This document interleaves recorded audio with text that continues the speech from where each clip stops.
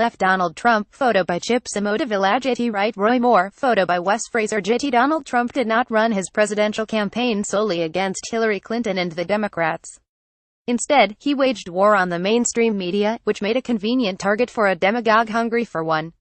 The gaggle of national press following Trump everywhere he went in 2015 and 2016 included lots of reporters from Washington, D.C., and New York City, and their stories often focused on the nastiest parts of his speeches, or insisted on fact-checking his many false statements. At his raucous rallies, these journalists were confined to the media pen, where it was easy for Trump to call them out as the nearest personification of America's and his own elite establishment enemies. His supporters would oblige with boos and insults directed at the confined journalists, who endured months of hostility from Trump, his staff, and angry fans.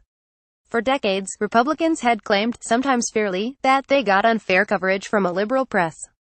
But this was something else.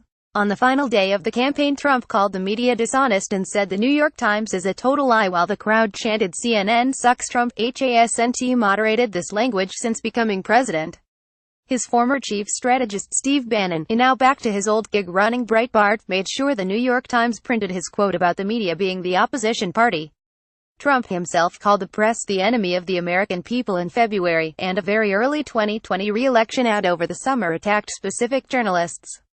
All of that media bashing has had an effect. Last month, a poll found that 46% of American voters, and over three-quarters of Republicans, believed major news organizations fabricated stories about the president and his administration. We're only now seeing the effects of Trump's unprecedented war on what he calls fake news and others just call news. And the biggest beneficiary of it to date could be Roy Moore. Moore, the far-right Christian conservative candidate for the Senate in Alabama, has been accused by several women of pursuing them sexually when they were teenagers and he was in his 30s. One said he touched her inappropriately when she was just 14, and on Monday, the latest accuser, a woman named Beverly Young Nelson, said he attacked her and she feared he would rape her. Moore has pushed back against the allegations, while not categorically denying he went out with teens. But what's notable is how much he's borrowing from Trump's playbook. He's aggressively denouncing not just the women but the paper that broke the first story about his sexual conduct, The Washington Post. On Sunday, he called that article fake news and threatened to sue the Post in a fundraising email that redefined chutzpah. He reassured supporters the accusations were the work of the Obama-Clinton machine's liberal media lapdogs and turned the charges into a chance to ask for money. A great many Republicans and conservatives have refused to back Moore up. On Monday, Senate Majority Leader Mitch McConnell said he believed Moore's accusers and added the candidate should step aside. Several writers at National Review who are already uncomfortable with Moore's fringe views have attacked him and emphasized the credibility of the allegations. But outside of establishment circles, where Moore was never popular, the air, at least until Monday, was thick with Moore defenders.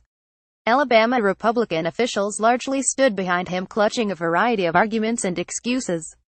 Far-right publications repeated pro-Moore talking points, and Bannon reportedly sent a pair of Breitbart reporters to Alabama specifically to discredit the women.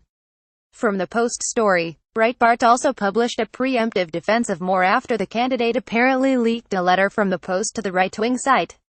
One recent poll of Alabama voters showed Moore falling behind his Democratic opponent Doug Jones, but also found that 29% of respondents were, incredibly, more likely to vote for him in the wake of the accusations.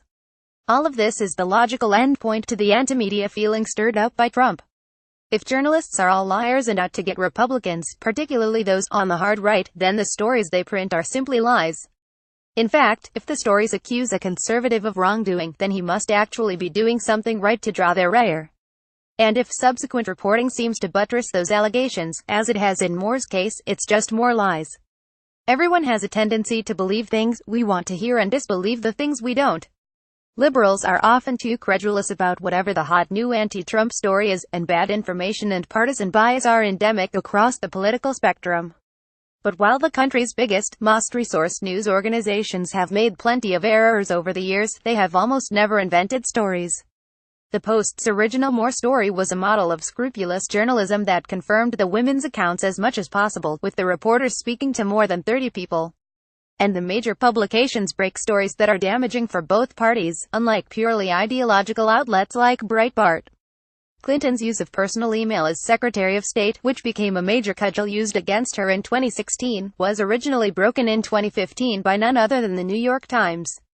There is a big leap between calling journalists unfairly slanted against a certain party and calling them liars. Or there used to be, anyway. Trump and his allies like Moore have made that leap so many times, it's now routine. And a significant number of people believe their beloved politicians over the press. This is not normal is by now a cliché, but, well, it's not. Follow Harry Cheadle on Twitter.